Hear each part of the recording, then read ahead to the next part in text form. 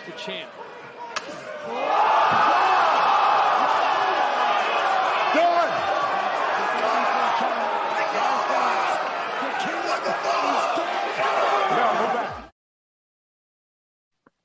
Wow. Now that you've got a taste of Power Slap and what it's all about, let's bring in the champ himself. Please welcome to the show, Damien Dibbell. Damien, welcome. Pleased to meet you, Damien. Pleased to meet you. Hey, nice to meet you guys. Thank you for having me on. It's great to have you with us, mate. Can you share with us, Damien, a little bit about what life was like before you got into Power Slap and how you then discovered the sport? I was just a normal college student, going through my classes.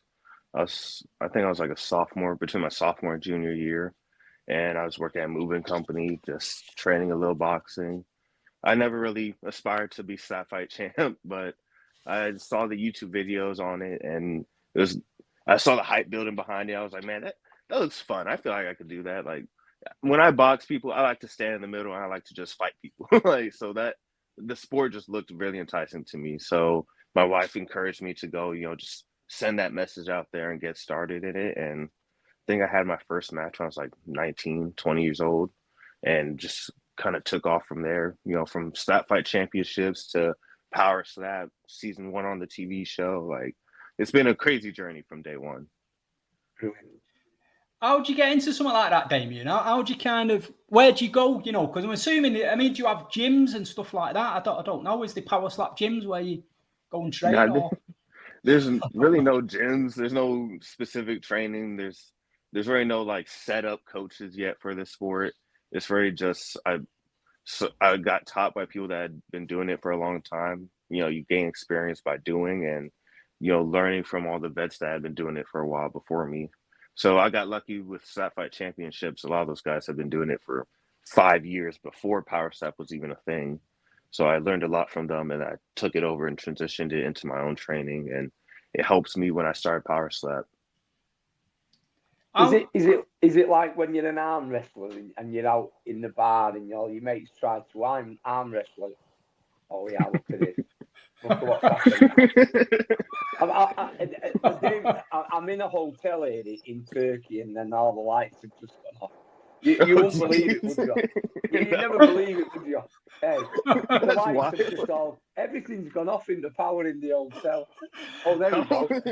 There we go. So is it like, do you have friends like, because when I was growing up, obviously being a boxer, I have mates who I used to just joke around with and do a bit of shadow boxing a little bit. And then when you're an arm wrestler, obviously in the pub and the bars with your mates who arm wrestle, do any of your mates ever say, well, come on, Damien, let's have a go at this Power Slap? A lot of people have asked me to slap them before. Personally, I ain't going to slap nobody, but I used to carry around some boxing gloves. All my friends know I was down to box at any point in time. So we definitely did a lot of that whenever they heard I was doing slap fight. It's like, oh, you do slap fight? Slap me. I was like, nah, but we could box. It's like, I'll let you hit me in the face with some boxing gloves. That's about it. How do you realise you've got a talent for it, Damien? Just doing it. Just doing it. Unless you're getting hit on the street and by people that already do Power Slap and slap fighting in general, you're never going to really know if it's for you. That's why it's funny seeing the TV show when they bring on a bunch of new fighters, because you could really tell off the first hit whether someone's going to go far or how they felt on that first hit, how they're going to continue in the sport. And even the show ain't a great indicator, because you could do great on the show with all the new guys. But once you come in with people that have been doing it for 2, 3, 4 years, then there's a whole different level to the game. Yeah. No. Fuck. My dog. Yeah, the dog's gone crazy on him. He's only me now. He's got to do something. Yeah. So Damien, I mean, obviously you're getting slapped really, really hard. But what are the injuries? Is it your jaw? Is it your ear? Perforated eardrums and stuff like that? It really depends on penalties. Like if you get a couple bad penalties done to you, like I've been hit in the eye before. I never had any lasting damage from any of my events, but I've heard of guys getting shit like destroyed orbital bone, like if from a bad clubbing call. If your earplug falls out, then there's a risk of the eardrum injury, but I haven't heard of anyone having that problem yet. I mean, my jaw still feels fine. I still love to eat steaks and chicken and dig into a nice plate of meat. So there ain't no issue there. I think the thing of it. Go on, Bob. Is it just the heel of the hand where you can't hit with? Yeah, this part of your hand you're not supposed to be able to hit with, and you're not supposed to like palm strike somebody. It's supposed to be just a clean slap. Yeah. It's the same. It's the same in boxing. You can't hit with the heel of your hand. Yeah. Do you know? I think the difficult thing about it for me is what you said, Bobby, before. Because in boxing you kind of don't know when it's going to happen, but with the slap you've got to stand there and wait for it. You see him clenching up and all that kind of stuff, and it's. Yeah. I think that's the hard bit for me. That's what I'm saying. You actually, waiting for it to come. Yeah. It's like, Oh yeah. In boxing, it's just coming in it. You don't get time to think. They just come in and bang bang. But there, they're actually winding themselves up for it. And you kind of. I think before the it's slap, a mental preparation. I think before the slap actually landed, I might faint. I could pass out, before the slap landed. I could physically just. I mean, at my age, 65, I could just physically pass out. I think, But I remember. No, that's fair. I remember not so long ago, Rampage. I coached Rampage Jackson, the UFC fighter. So I'm his coach. Yeah, I'm his coach as well, Damien. Yeah, so and I remember when he's kind of finished, when he finished in the cage, when he retired his last fight, he was getting offers from different people, and he got an offer off a Power Slap place, and he got an offer off. He got a massive offer off the BK, the bare knuckle to fight. You know what I mean? Yeah. But obviously he never took it up. You know what I mean? And I think it was. I'm not sure if it was Dana White's company. Power Slap is Dana White. Yeah. That asked him, like, you know what I mean? I'm not quite sure, but he never actually took it up, like, you know what I mean? But that was really the closest I ever came to being involved in it. You know what I mean? Fair enough. Yeah, no, it's a whole different ball game. Like we say it all the time. No matter what you did previously, Power Slap is just a different sport. Standing there and taking a hit, it takes a different kind of crazy to do some. Next time I go to Barker's house, I might give it a try. Just gotta make sure you win the coin toss. Yeah, I might give Barks a little slap round the face and see what he thinks. I think I might faint before he does all, Damien, like Bobby said. But Damien, do you do any kind of special training for it, anything like that? Have you got like any, have you got a model head at home or something that you slap about, or how does it work? There's a training gym that I go to that has a bob that has the actual model head on it. Yeah, that's what they call bobs, aren't they? Yeah, bobs. And then I just have my training mitts.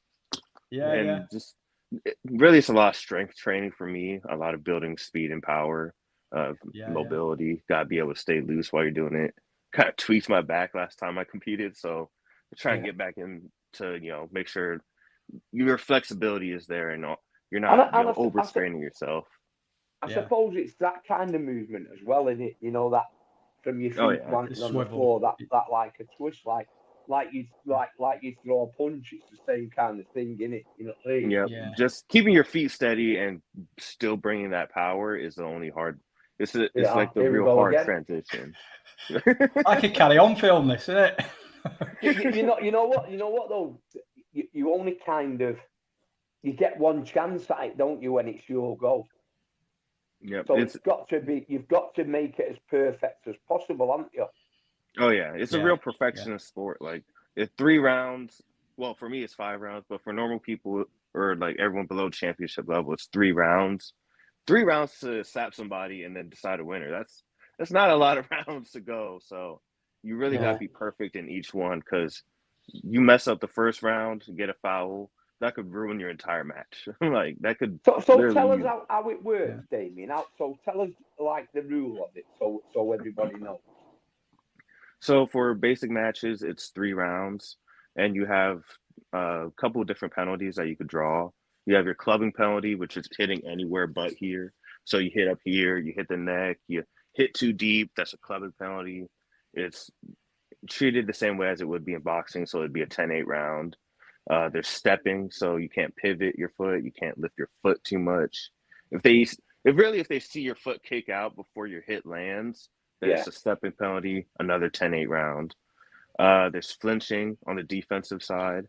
So if someone goes to hit you and you flinch away from it, then you have to get hit again until you stay there and get hit properly.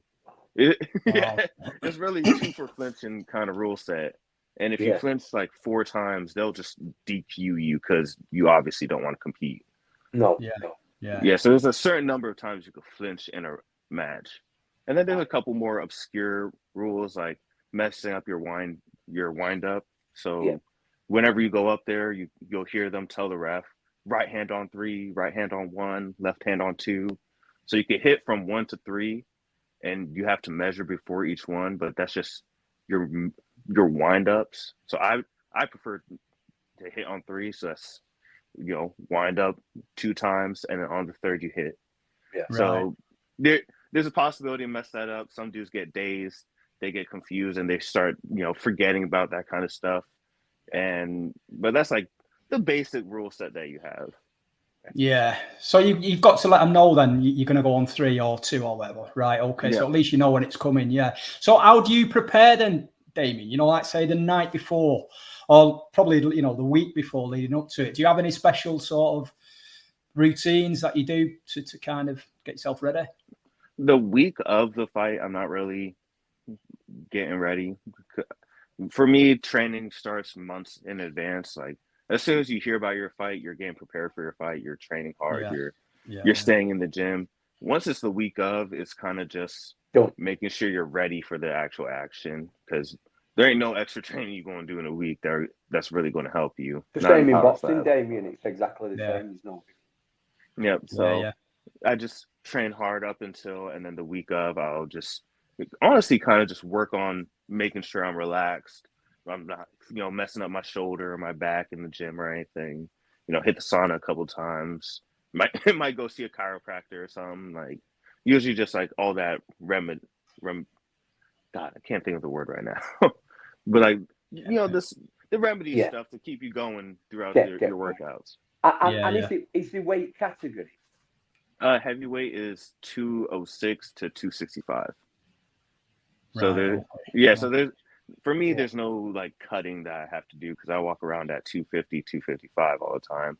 I'm actually bulking right now, so I've just gotten up to 265. But usually I don't walk around that heavy. Yeah. So have you ever been struck before where it's hurt you? Have you ever been dazed yourself? Yeah. I've definitely been dazed a couple of times, mainly in like my Ron fight. Then my last fight, Dorian, he shook me a little bit after that first round club, and that kind of affected me throughout the match. But you can't let that stop you from moving forward. Yeah. God, it's.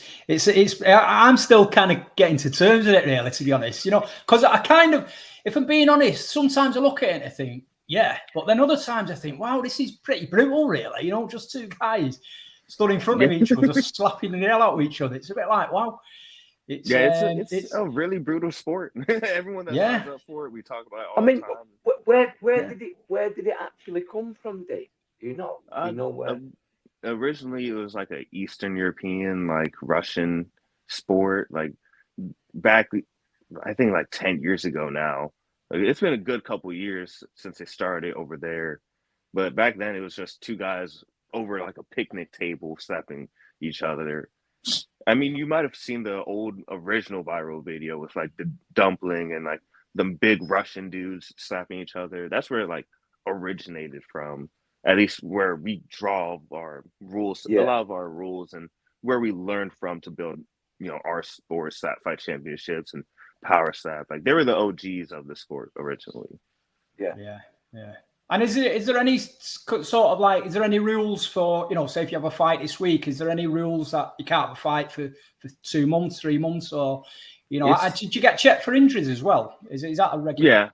Yeah. It's through UFC. So they check you for, if you get knocked out like really bad, they'll take you to the hospital and might give you some MRIs, CAT scans, check your brain function, make sure everything's good to go. if you don't get knocked out or anything, if you look like you got dazed during that fight, they'll still give you a suspension. And I don't remember the exact suspensions because I've only had like 1 or 2 suspensions. Yeah. So I don't know exactly how long they do it for. But I know it's a pretty decent suspension if you get knocked out. It'd probably be a month, like in boxing, maybe. They give you the month out. Yeah. Yeah. If you get knocked out in boxing, you're not allowed to box for a month. So that makes sense. Yeah, so they definitely have that. Yeah. I was just going to say then, so as excuse me, as heavyweight champion, what does the title mean to you, and how do you stay motivated for the next fight? And who are the guys around? Money. Talk about that. Well, yeah, that's it. Yeah. Money pretty much. It's all the same, money. Yeah, well, that's it. Yeah. I mean, it was really cool. I would only join the sport, just really off a dare to myself, just to try it out and to see where it's gone and to become the best at that sport has really meant a lot to me, at least in my division. Like being the best at. Congratulations, mate! Absolutely, for being heavyweight champion. Congratulations, Then it's in it, Yeah, just setting so many records in the sport for it being so new, like being the youngest, most title defenses, longest reigning champion, like I never expected all these titles to be attached with that. So it's really been, a blessing upon my life. And the money has been very helpful. Okay, well, always is, isn't it? Yeah. Do you do any sort of special training for the neck or anything around here? Do you remember Tyson used to do them sort of neck exercises? Do you do anything like that, or? I haven't for the longest time. I'm a start to, but I really haven't for the longest time. I'm going to go get me one of them like iron neck devices. Yeah, that's the thing on your head. Yeah, I'm gonna get me one, but I've never really worked on that. Just kind of left it up to my own natural devices. Yeah. What kind of crowds do you get, Damien? At an event, how many sort of people will attend? Something like that. I forget how big the last one was. I'm pretty sure it was like 1,500 people, something like that. We get a pretty all right showing. The live streams usually get like around 2 million views. Yeah. So it's pretty all right. And then it's like listening to you now. I'm gonna start watching it. Yeah. It's crazy, isn't it? But now it's been explained. Yeah. Because I only ever see a clip of 2 guys slapping each other, and wow. Yeah, that's usually how it is. But now that it's been explained by you to me, I'm going to have a proper look at it. Oh yeah, I definitely suggest it because learning the rules and truly understanding what's going on up there, it makes it a lot more exciting. Like, oh shit, he just clubbed the shit out of him. What the? You get more involved with the rules. Like you see a call or a missed call, you actually recognize it for what it is. And then the sport's just a lot of fun. Watch it, and I'll suggest to everybody, if you ever have the chance, we're starting to travel now, so we're going to have more opportunities for people to come see the events live. I would definitely suggest watching a live event because it's way more exciting than watching it, just broadcast, live stream, seeing the clips. Like the clips could be exciting and all that, don't get me wrong, but watching it live and watching it happen live everyone says the same thing. It's a whole different energy and a whole different feeling. Yeah. What do the family think about it? I can't imagine your mum's too happy about you getting slapped in the face often. Well, me and my parents have a weird relationship, so they were very excited when I joined.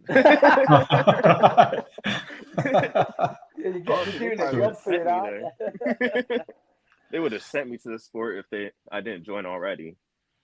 So they've all been super supportive. Sweet. I wonder if it'll ever come to Saudi Arabia because we're getting everything else here now. Oh yeah, Riyadh. January. Oh, you're coming in January? Yeah, January. I personally won't be there, but they're having an event in Saudi Arabia. I work at the Mike Tyson gym in Saudi Arabia. Oh, damn. Yeah, I'm the coach there. I'm the head coach at the Mike Tyson gym. So I was going to say, if you're there in January, we could have met up, Damien. You know what I mean? Oh, for sure. Yeah, dang, now I'm extra disappointed I can't go out there. But yeah, they're having an event down there January 23rd, Saudi Arabia. You'll have to get yourself down, Bob. Yeah, 100% I'll go to it now. Now I know what's going on. You know what I mean? Yeah. That'd be awesome. Well, where do you think it's going to go, Damien? You know, like what do you think it needs to grow and gain more recognition? Because it is growing, but do you think it'll ever become a legitimate sort of combat sport, or do you think it's a bit more of a fad? Or I don't know. I don't know. Like I say, it's I a mean, difficult one. I think it really depends on their consistency with the rules, because there's always been a lot of talk about how they're very inconsistent with like some of their decisions and calling penalties and fouls. So if once they start getting more consistent and people can start seeing like that the refs know what they're doing and aren't messing up all these matches, like because a lot of people nowadays, even just starting out, they'll be watching the event being like, why is he calling this on someone else but not on somebody else? Like in the same match. Like they'll call it on your competitor but not call it on you. Make it make sense. So if there was more consistency with the rules, I feel like we'd have that opportunity. But it's even with just how it is now, I could definitely see this becoming a more popular and international sport. Well, it's gonna grow in it, and it's gonna get better, and then it's gonna become more consistent with the rules. Because even though the competitors are at the beginning and really new, but so are the judges and the officials are really new, aren't they? So it's going to take a time for it all to pull together, isn't it? Yep. So as soon as it starts, start solidifying, everyone knows what they're doing when they go out there. I think the sport has plenty of potential. I mean, it's already getting billions of views. So, I really think it's going to be a combat sport to stay for a while. Yeah. And I don't think Dana White would get involved with something that wasn't going to be. Yeah. Dana don't make many bad business decisions, does it? So. Yeah. No. So this would definitely be. I don't think he would have done this if he didn't see it growing for a good couple of years. Like if he wasn't really trying to make this a legitimate sport. Yeah. I seen an interview the other day actually with Dana White, and I think there's about 3 or 4 of them, in it, sort of, maybe 4 or 5 of them who've all put some money into it to start the sport off. Yeah. And I think he was saying something around they put about $1 million each in or something, and now it's actually worth something like $750 million or something. It's just blown up crazy. So it's going to be around to stay, I think. You know what I mean? I can't see it going anywhere soon. So it's going to be interesting. So do you actually see any of the UFC guys around? With Dana White being involved and whatnot, do you get any of the UFC guys involved, or in any way, or maybe training, or just being around events and stuff? I don't know about like being involved, but they definitely come out to a couple of our events. Like Alex Pereira was at our last event. A couple other UFC guys were at our last event. So, I mean, since it's the UFC that started this, we stay at the same hotels. We go to the PI to do a lot of our weight cutting. We go to the Apex to do a lot of our media to get started. Like we're very integrated into the UFC culture. A lot of the UFC camera guys and stuff are the ones that helped us when we were doing, starting Power Slap, the TV show, and doing all the media stuff to begin with. So there's definitely that integration aspect to it. But, they have their own opinions about Power Slap. A lot of Power Slap guys have their own opinions about UFC fighters. It's still person by person. It was the same when UFC came into boxing and UFC. It was it was like there was a bit of a divide at first, and now it's all part of. It seems to be all be part of each other now. You know what I mean? So, that's it. Yeah. Would you ever get involved? Sorry, Bob. I was just going to say, would you ever get involved if you got asked to sort of be a trainer, striking coach? Would it something? You know what? I thought you meant myself. Then I was going to say, listen, I'm not that brave, but I've already said that. You know what I mean? So, no, I mean as a coach. Well, mate, if I got asked, of course I would. You know what I mean? It's yeah. It's for me, it'd be another challenge. Yeah. For sure. Getting used to a whole new rule set. Like coming out to Saudi Arabia and being the coach here at the Mike Tyson gym was a massive challenge. And, even now I still like a challenge. It keeps you alive, doesn't it? So. Yeah, of course. So I mean, I wouldn't know the first thing about it, but it was the same when I got asked to train Rampage. I knew nothing about UFC. That was 12 years ago when I first started working with Quinton Jackson. So I knew absolutely no. I didn't even know who Quinton was. I looked on YouTube and I thought he was an actor in the A Team, and I thought, what's all that about? You know what I mean? but then I mean, as I got to the very first time I ever worked in a cage with Quinton, I ran in the cage with the stool at the end of the first round, and the other coach had to grab me by the shoulder and pull me across to where to put the stool. Because I was always used to putting a stool in a corner, but then when you walk in a cage, you've got the stool in your hand and don't know where to put it.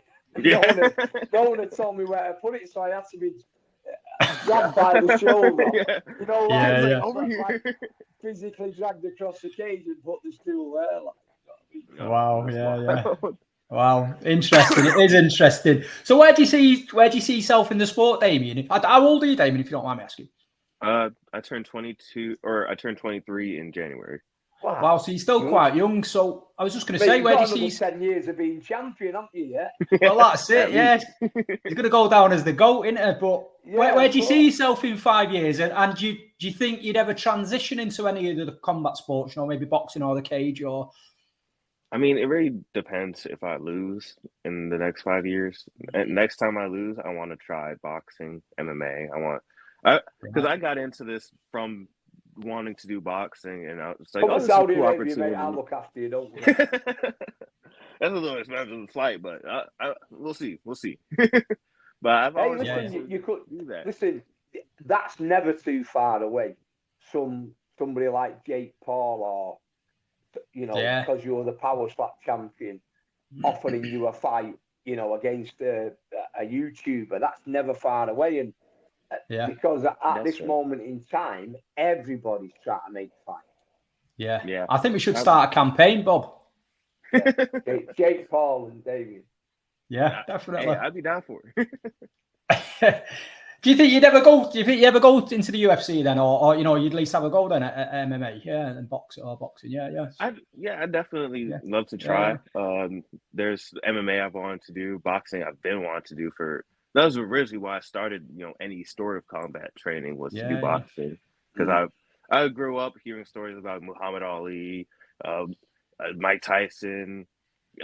What's that one really big dude?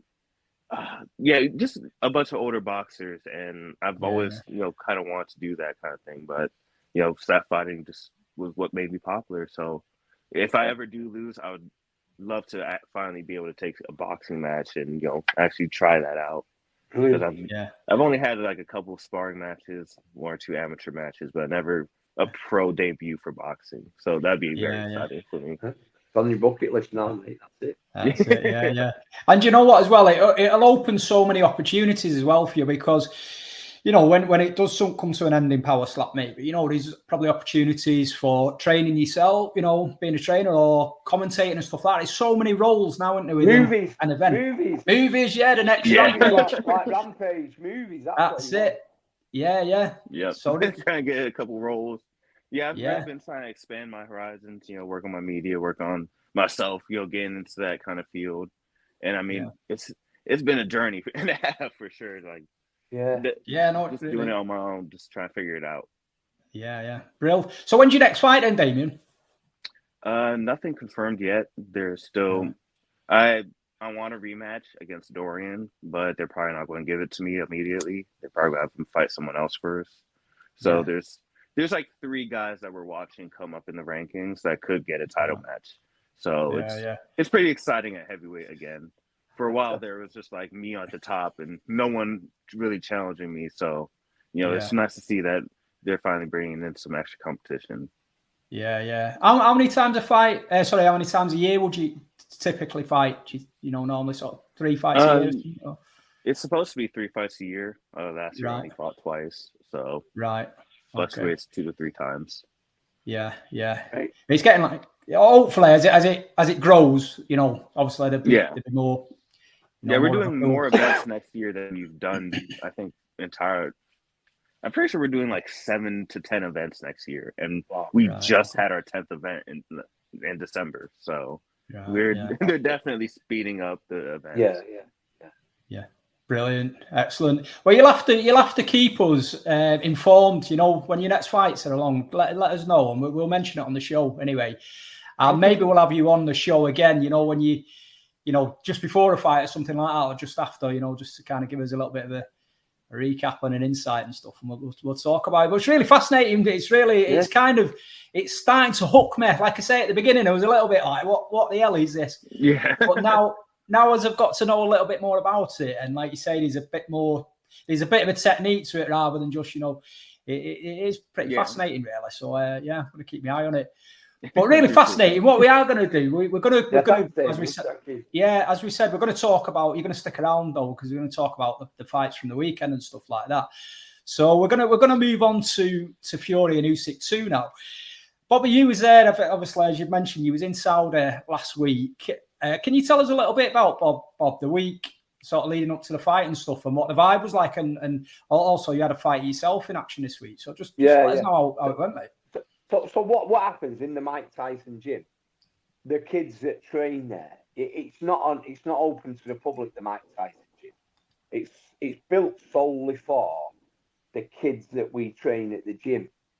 So as fight week starts to get closer, you have different teams of fighters turning up and training there. So the first people that turned up this week was the Mexican team turned up with Ramirez, the heavyweight who fought. Yeah. So they was the first, and then Peter McGrail turned up with his team, and then a Russian kid turned up.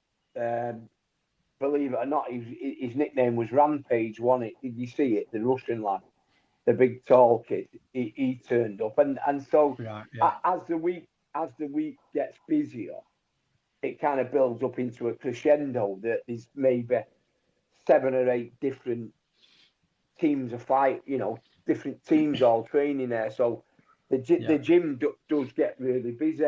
And for me this week, I made history this week because I've trained the first Saudi professional boxer to come out of the Mike Tyson gym. Wow. So Abdullah Darkazanli, who earlier on in the year was the first Saudi boxer to win a Saudi gold medal at the Saudi game. So obviously he turned pro with me, and what they did, they put a separate boxing show on the Wednesday. Right. So when all the main athletes like Tyson Fury and Oleksandr Usyk and all them, when they did their public workout, which was from Boulevard World, when they did their public workout, obviously there's a ring there for them to do a public workout. So when that finished at 11 o'clock at night, they had 6 fights on. Right. So my lad made his debut on there. So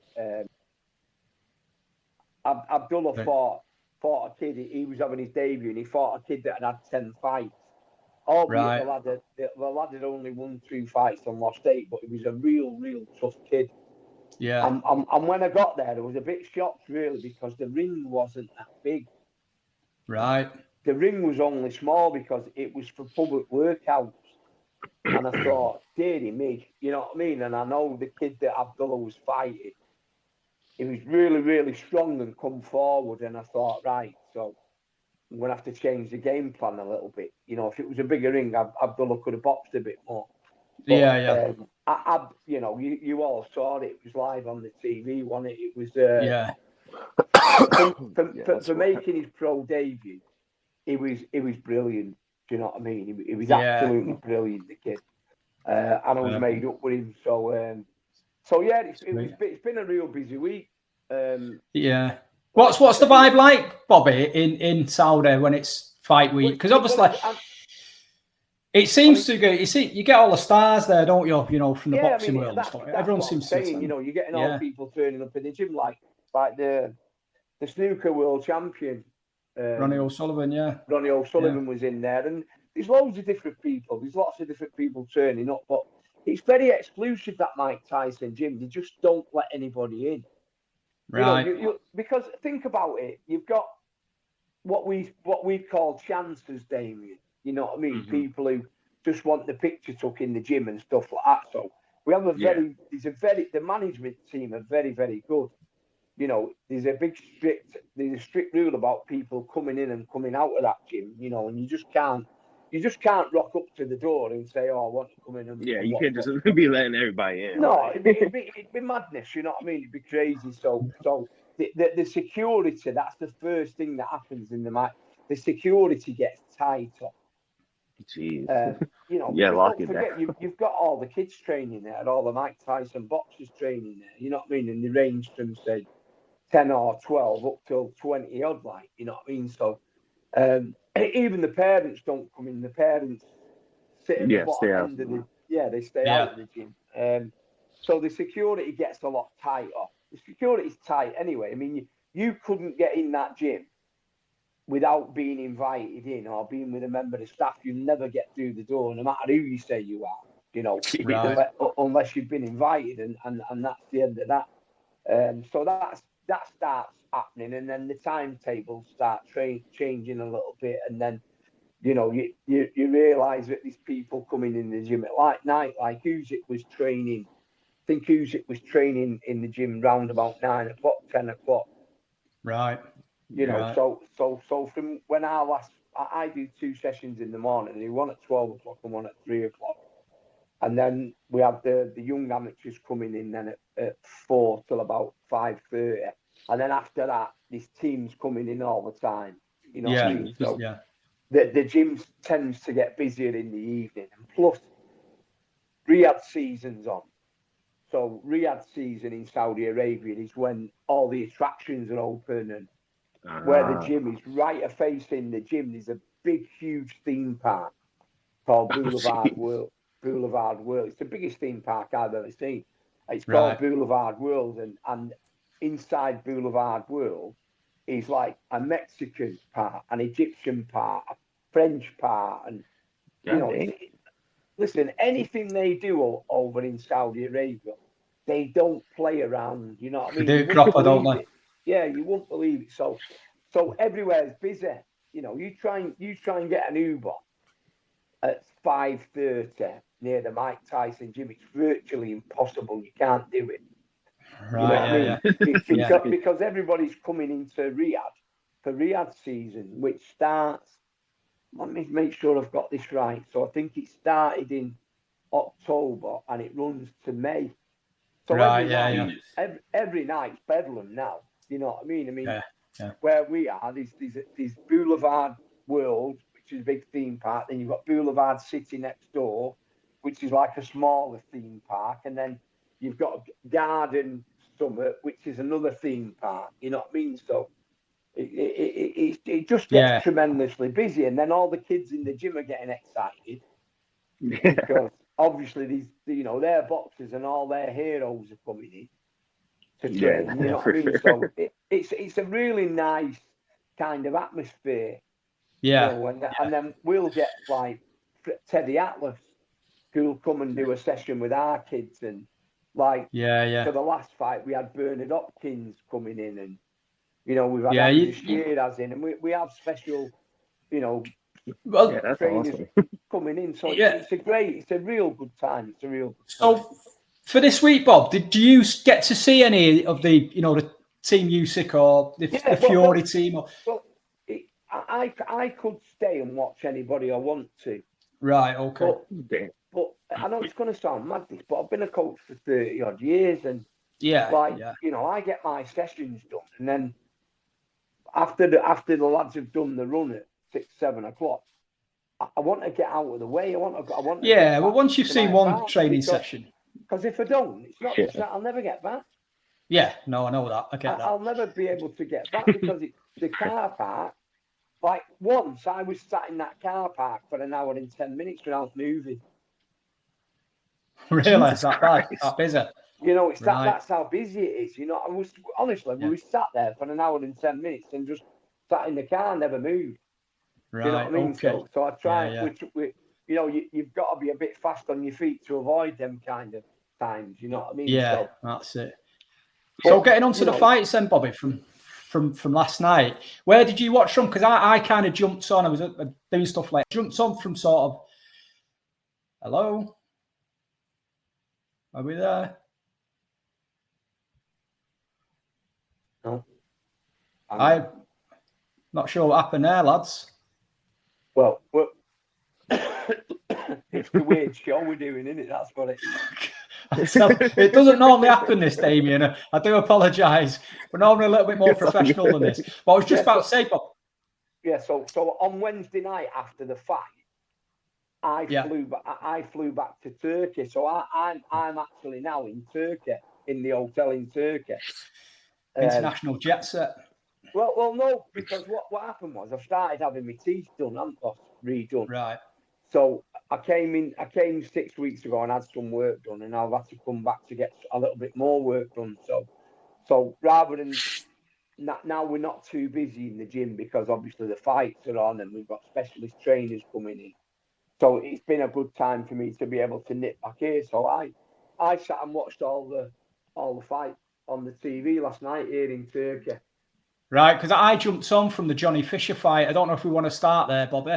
We start where you want me. I watched everyone, didn't I? Do you know what I mean? I just sat here last night and loaded up with KFC and stuff like that, and just sat and watched all the fights. It was great. You know what I mean? But you can start where you want, mate. If you want to start the Johnny Fisher fight, that's fine. Yeah, well, we'll start the Johnny Fisher fight then. That's the most controversial, isn't it? Because that's it. Yeah. You know, we seen it again last night. You know, Dave Allen was the outright winner of the fight, and I've watched it 3 times. Yeah. It was the outright winner of the fight and never got the decision, and it was just, it's just losing that tape. It's just tape. It does, yeah. It goes back to a little bit what Damien was talking about before as well, though. You know, in terms of the inconsistencies, it still happens in boxing today, where we talk so many times we're talking about a decision that a judge has made, and it's terrible. But just to kind of put you in the picture as well, Damien, Johnny Fisher and Dave Allen, the 2 fighters from the UK heavyweights, and Johnny Fisher, they're hoping to he's a bit of a prospect. Yeah. And he was fighting an older fighter in Dave Allen, and he was expecting it was supposed to be a bit of a test. He'll win it, but it'd be a bit of a test.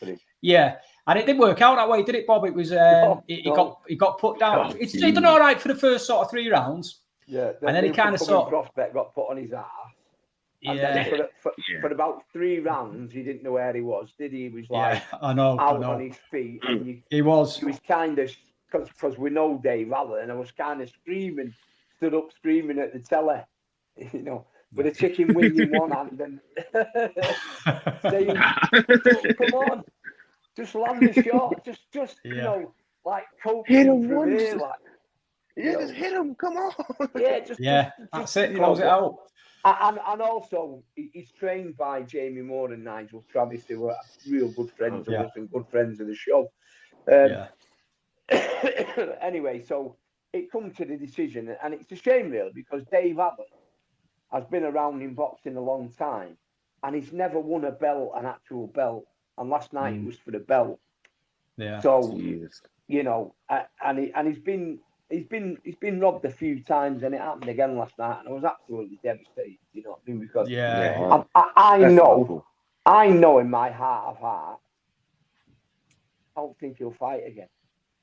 Do you not think so? Because when it came to when they said it's a split decision, he looked at Jamie Moore and he mouthed it. He said, "Here we go, in boxing again." Like, you know what I mean? Yeah. You know. Yeah. So that's awesome. You know, hey, listen, it was that that player had won the fight. He was on his knees crying.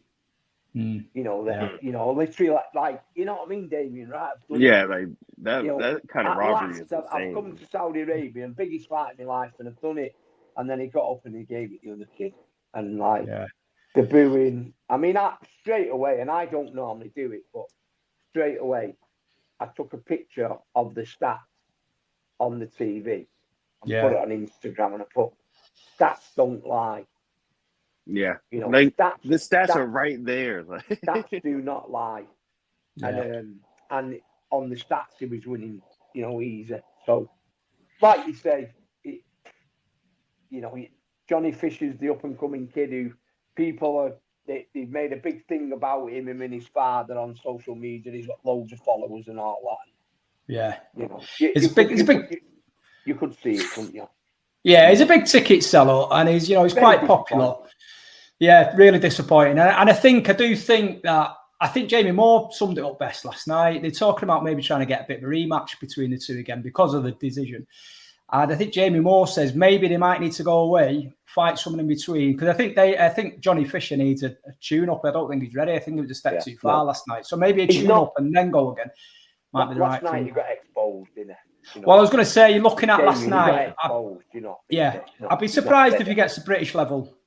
And that's not being disrespectful. Or just, like you say, there's him and his father. They're like a double act, and his father has got massive amounts of social media because his father's a real big guy.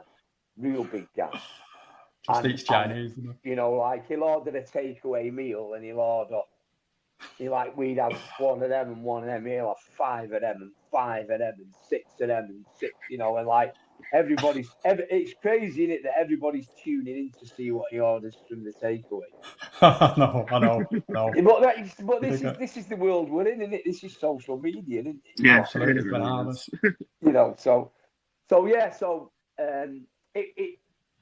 The other fights was really good. What I watched, it was a good night of boxing. Some really that's it. Well, moving on then, Bobby. Go on, sorry, mate. It left a bad taste in your mouth, and if you tuned in to watch that first one, you'd have thought, "Yeah, what's going on?" Yeah, exactly. Yeah. Plus, so moving on, though, the first time last night, they used AI as a judge. Well, we're going to talk about that. In the Tyson Fury fight and Usyk fight, they actually had an AI referee. Yeah, which is interesting. We'll talk about that a little bit later on. We'll talk about that in a bit later, but you'll find out, Damien, that I digress a lot. You know what I mean? I get excited. I've got to pull him in sometimes, Damien. You know what I mean? But yeah, moving on, Bobby. We had Moses. I can never say his name. Atuama. Yeah. Well, he just knocked his opponent out again. He fought Dempsey McKean, first round knockout. He's a bit of a prospect again from the UK, Damien. And he's an heavyweight, and he's a really exciting heavyweight. You know what I mean, Damien? And he's only young as well. Awesome. 19 he is. 19. So he's, I think after last night, he's 11 wins from 11 fights and 9 knockouts, and so he looks pretty decent. He's good. Obviously, the competition's going to need stepping up eventually. And what is he, 19 years of age? He's only 19, mate. He's got freak strength. Do you know what I mean? He's an absolute monster. What they're talking about, I did hear it mentioned. A bit like yourself. Yeah, he's a strong lad. But they're talking, Bobby, about maybe taking Tyson's record. The 20 years old heavyweight champion. So who knows? Yeah, with the younger space. Yeah. I mean, that's what it's about now. It's about making records, like Damien just said, with his power slap thing. He's broke loads of new records. So they obviously try to do the same thing in boxing, aren't they? Yeah, that's it, mate. Yeah, but no, it was an interesting fight. It'd be good to watch his progress, really. Hopefully we'll get him on the show at some point. Moses. Yeah. But moving on to the main event then, Bobby, we'll go cut straight to the chase. Fury v Usyk. What do you think, mate? I know obviously you didn't manage to catch it, Damien, but obviously it was a rematch. I had Usyk winning it. I had him winning it not as wide as the scorecards. No. I think it was 116, 112. I probably had it about 7 rounds to 5, I think. It was a close fight. But I just think Usyk done enough. Again, I don't think Tyson Fury forced it enough. In my eyes, what happened was, because what's made it look a bit more controversial is that Tyson Fury, this fight, boxed a lot better than he did the last fight. So if you watch the last fight when he almost won, and then you've watched this fight, and if you're emotionally invested in it, like Tyson Fury's from the same place where we're from, and then Tyson Fury boxes better than last time, you're thinking, oh, right, he's doing really, really well here. But what that Usyk does, because he's so good, if his opponent gets good, he gets better. Yeah. He just notches it up, doesn't he? If his opponent raises his game, he raises his game as well.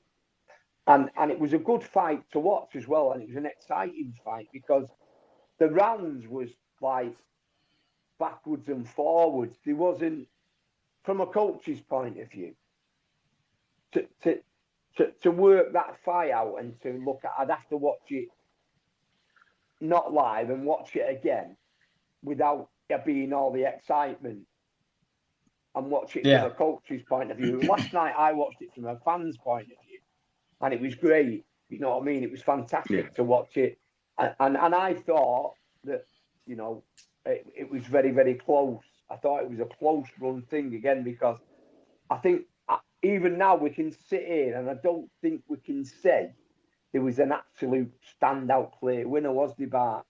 No, like you say, either result I'd have been able to live with. So if it had been a draw, win or a close Fury win, I wouldn't have been too shocked with any of them. The AI referee at the end had it by a wide margin, didn't he? Yeah, he did. Yeah, it was up 118, 112, which was way too. That was out. That way out. I think. Yeah, that's wild. I think that was AI. So so there's still a bit of room for improvement with that, isn't there? Well, for his debut, you know what I mean? For his AI debut. Hey, mate, I've seen worse. So to be fair, from humans, you know what I mean? So when you've been involved in boxing like I have a long time, you've seen some decisions, haven't you, where you've thought, wow.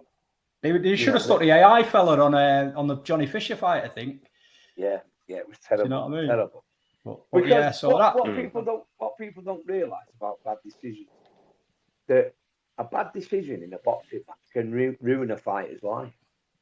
Yeah. Well, it can ruin your career, can't it? Yeah. It can ruin your career, because, I mean, I really believe, and I don't think that after Dave Allen, after that last night, I don't think he'll fight again. I think that's him going to go, you know what? Because he's always been that way. Yeah. About boxing. Yeah. You know what I mean? You could be right. I think he's going to go. I think he's just going to say, no, I'm not doing it. That was his shot. Yeah. No. Yeah. You could be right, mate. Nowadays too. Yeah. Like there's bare knuckle fight. There's more leagues coming up everywhere. Yeah, there's loads of stuff now, isn't there? There's lots of, I mean, now you can walk away from boxing now and still make a living somewhere else. Yep. You know, that's the difference now. It never used to be like that. If you walked away from boxing 20 years ago, you was like the next thing, you was working on a building site, and that was the end of it. You was working, you know, doing some menial job somewhere. Do you know what I mean? But now, you know, you've got bare knuckle who are accepting all, you know, ex-boxers, and you've got, even if maybe they get involved in the same job that you're in now, David. You know what I mean? So Power Slap always looking for new people. Slap, you know what I mean? There's lots of different things you can do. Do you know what I mean? So but yeah, all in all, I thought it was a good show. It was a great show. Yeah. Would you, Bob? Sorry, mate, to cut in. I've heard it rumoured this morning, mate, that there's rumours of a trilogy. Would you want that? Is there any need for a trilogy? You've been beat twice. Well, after last night, yeah. You'd do it again? Yeah, I'd watch it again. Listen, it wasn't the two fights they've had have been really exciting fights. So as a boxing fan, yeah, why not? Yeah. Well, would you rather see that then? Let me put it this way, or Fury, Joshua? Well, I think, but Fury and Joshua, and you know, whatever it is, you know what I mean. But the heavyweight division at the minute, like in Damien's game, it's great, isn't it? You know what I mean? It's pulling everybody back in. So listen, yeah, it is. You know, I think, crack on with it. You know, listen, if what we're talking about is Anthony Joshua and Tyson Fury from England, Damien. Now that's still a massive fight, a huge fight. Even though they've both been beat by Usyk, that's, you know, they'll do 80,000 gate here in England because everyone's always asking for that fight. So he's got that, and he's got the rematch with Usyk. So, you know, he's got options, hasn't he? And it's whatever he wants to do. Yeah, and I suppose it's where the money is. But if it was for me, Bobby, I'd rather see Fury Joshua, and the reason I say that is because I think there'd be a bit more. Last night for me, if I'm being honest, I didn't really enjoy the fight. It was a bit too chess match for me last night, and I wanted to see a bit more action. I wanted to see someone get dropped or whatever, and I think you'll get that in Fury Joshua. Probably the only reason, but maybe again, it's, you know, listen, do we need to see it? It's the thing that makes the world go round is that we've all got a different opinion, isn't it? That's what. Yeah, we of all course, like our different types of fights. You know, we listen. And boxing's a really opinionated sport in it, so we've all got. We're all open to our own opinions, even though mine is always better than yours, Bart. And in your head, yeah. You know what I mean? Yeah, here's another one for you, Bob. Does Fury go down as an all-time great after 2 defeats to Usyk? I don't think he does. Yeah. Do you think he goes down as an all-time great? Yeah, well, think about what he's done for boxing, how he's brought boxing back to the front. No, but I'm on about in terms of his record. Well, all right. So he's lost twice to arguably, and lost close twice, arguably, one of the greatest heavyweights that's ever going to live. Who's his best wins? Fury. Deontay Wilder.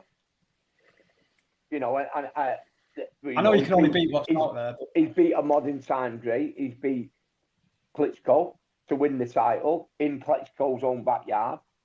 Klitschko was 40. I know, but he was still undefeated champion and no one could beat him. So yeah, possibly. I don't know. While you're there, Damien, just slap him across the face while you're there. Stand there, hold still for a second. But no, I don't know. I don't think he does, mate. It'd be interesting. I think he goes down as a very good fighter from this spot. I don't know if you're looking at a top 10 list. I don't think Fury gets in it.